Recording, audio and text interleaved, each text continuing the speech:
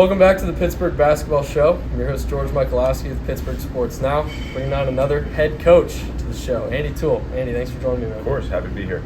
So a few days ago, you guys had an exhibition against Villanova.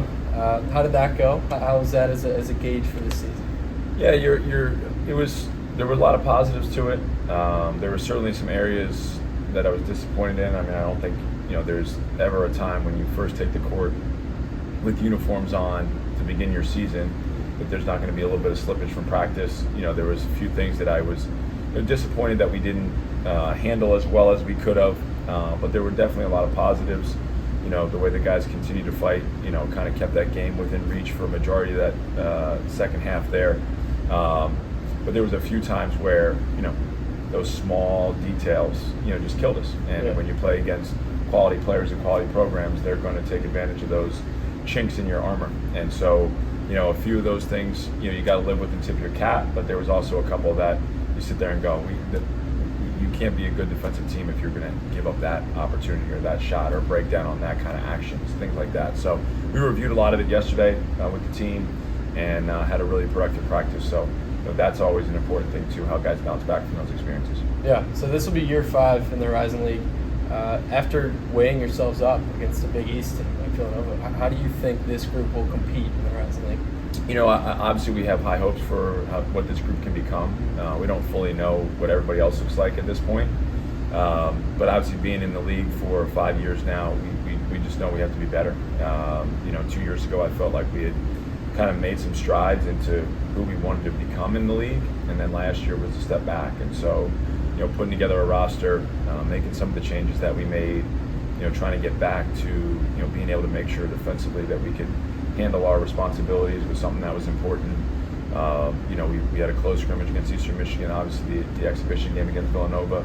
So we've gotten some things on film.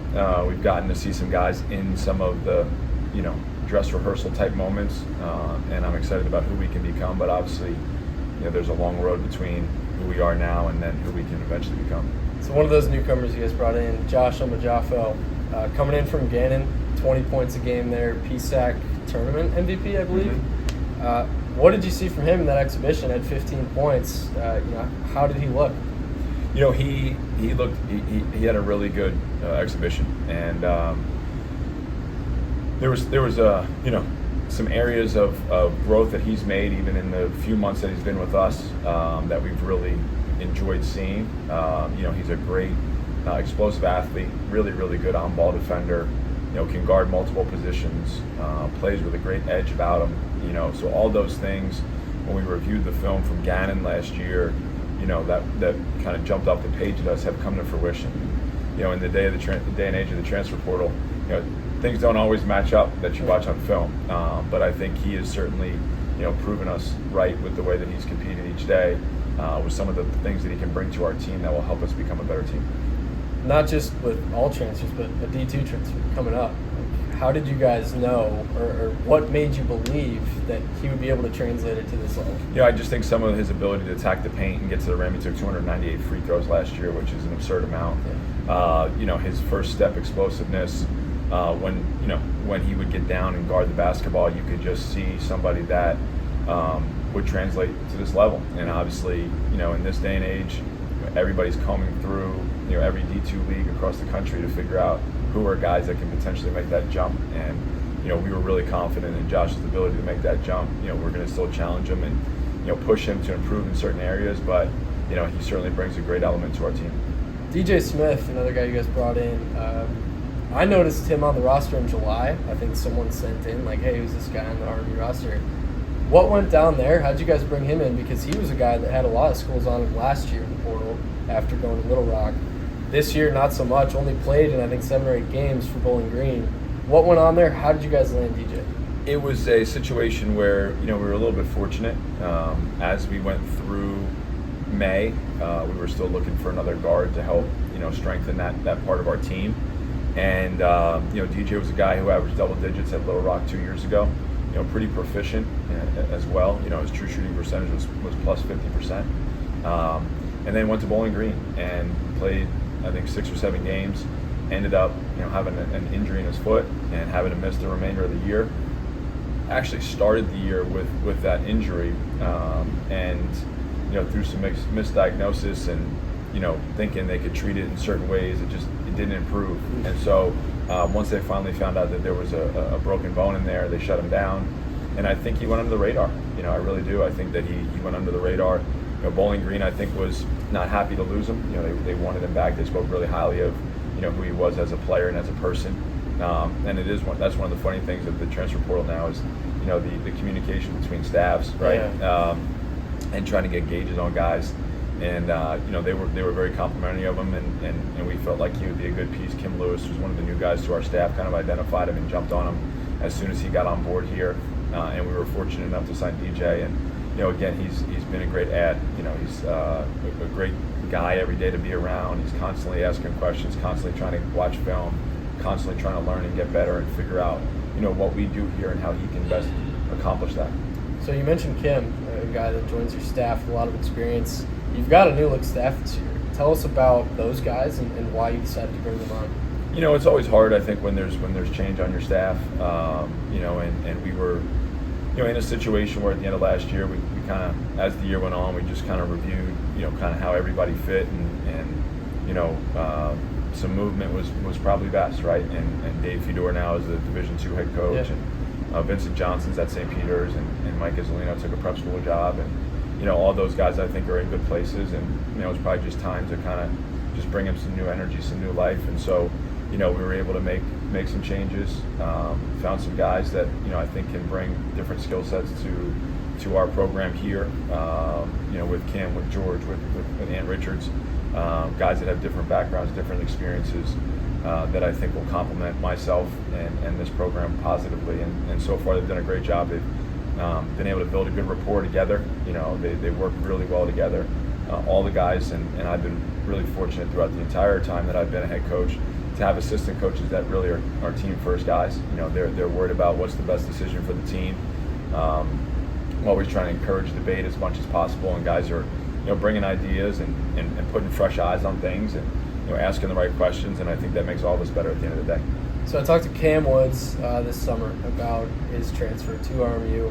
This will be his fourth school. I actually saw a post on Twitter that he is the top-ranked four-time transfer in college basketball. It's a new category. Yeah. 18 shots in the exhibition. His numbers 2 years ago at North Carolina A&T jump off the page. Yeah. Last year at NC State, not so much, going to that major level. How do you know that he can unlock what he had 2 years ago? And what have you seen from him that tells you that tells you he can produce at that level? Well, we watch it every day. We see it every day. And, I think it's a gift and curse sometimes where, one of the guys that's in your practice is giving fits to, some of the other guys that are trying to guard him and defend him in your coverages, right?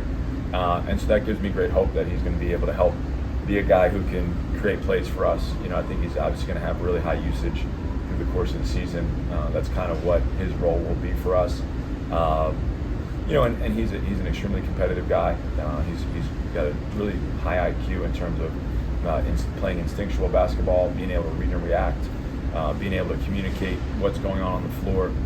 So I think all those things lead us to believe that he's going to be able to have a really big year for us, and that guys are going to be able to benefit from playing with him. Obviously, as we have new faces and we have new bodies, getting a feel for each other is important. Stuff we've talked about all summer and all fall so far. And I think Cam's no different, right? And so I think everyone's trying to figure themselves out. I think the more experiences we have together on the court, will help us with that. Even coming off Sunday, some of the conversation as we watched film was really positive about, hey, this is what I saw, this is what I thought you were going to do, how can we communicate that better? And as we went into practice yesterday, those things carried over, right? There was a lot of communication. You got to see that. Hey, you got to communicate that. Hey, can we declare the ball? Like some of those little things that all of a sudden help guys be able to, make the next best decision, offensively and defensively. And Kam will be a big piece of all those things. So fitting those newcomers in with the core that's returning is obviously going to be the challenge this year. Talk about those returners like Justice, Alvaro, Chris Ford. Like, how much does it mean to bring those guys back, and how have they gelled with those newcomers so far? I think they've gelled really well, to be honest.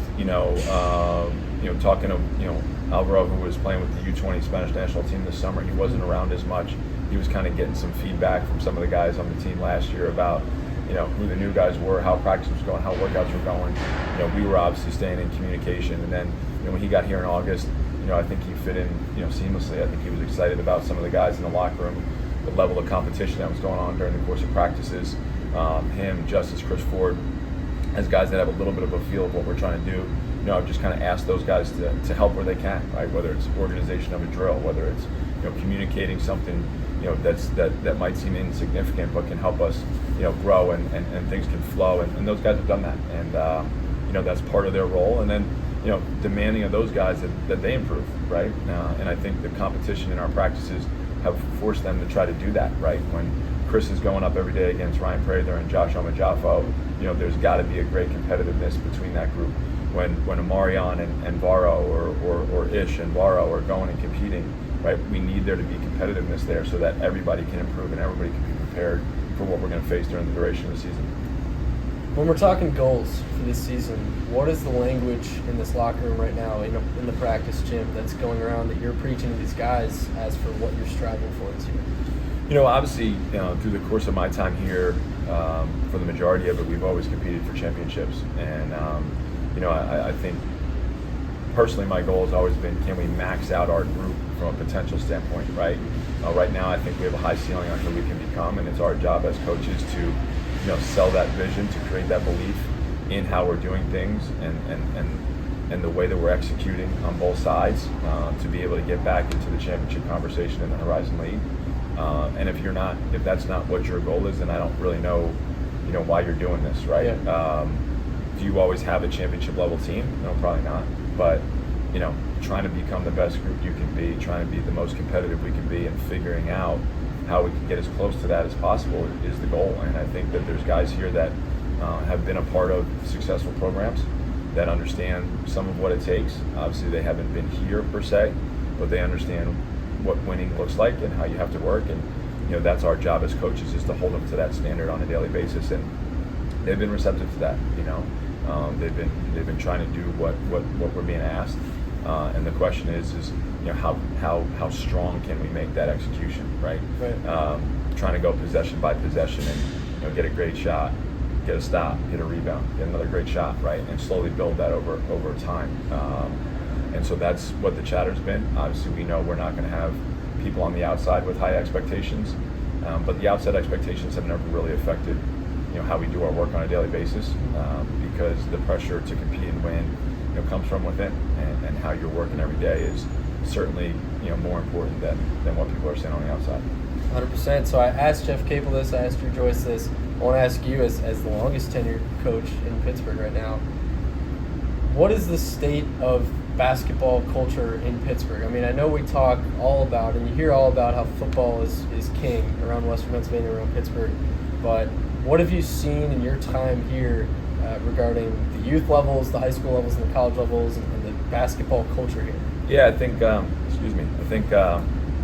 have an interesting perspective on it because I have a 6th grade and a 4th grade son, right, who are in the midst of their youth careers starting out. And so I think there's been a lot of growth in the basketball community here in Pittsburgh from when I got here 18 years ago as an assistant coach. Just the number of higher level summer teams that are playing. I think there's always been really good high school coaches in Pittsburgh, guys that are dedicated, guys that are year-round with their, as year-round as they can be with their teams. I think they've been hampered a little bit by maybe not having as many, full-time basketball players as opposed to guys that are playing multiple sports. And not that playing multiple sports is a bad thing at all, but it's certainly not going to allow you maybe to become the best basketball player you can be, because I think outside of hitting a baseball, the skills required to be a Division I level college basketball player might be the next hardest thing in sports, right? Yeah. You can be an excellent football player and play it for 4 months a year, right? You can be, a solid other sport player and not really train at it. To become as good as you have to be in basketball, your skill level's got to be constantly growing and developing, and you got to be playing, and you got to be having the timing, and I think I see more people doing that at the youth level. I think there's more families out there that are now understanding that basketball is a great path.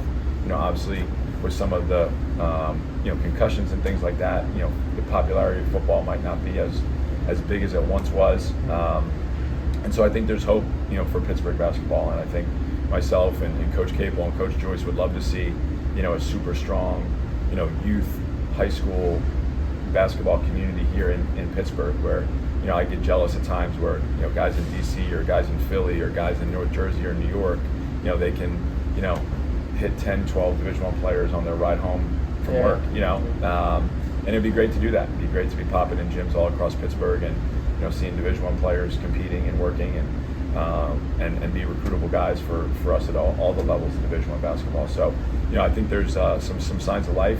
Obviously we mentioned the coaching clinic that went on here a few weeks ago at Rise. Kind of having the turnout that we had on a Sunday afternoon. All the high school coaches that were there was pretty remarkable. And so again, I think there's people that are willing and ready to invest in that. And I think that's it's a much improved basketball landscape here in Western PA. Yeah, and that lineup of coaches at that event was second to none. You Right. got big names there. You got all the guys from Pittsburgh there. So, Yeah. All right. Well, thank you, Andy. I appreciate it. Everyone, stay tuned. Watch the Colonials this year. Come out to this beautiful arena, the UPMC Event Center. Thank you, guys.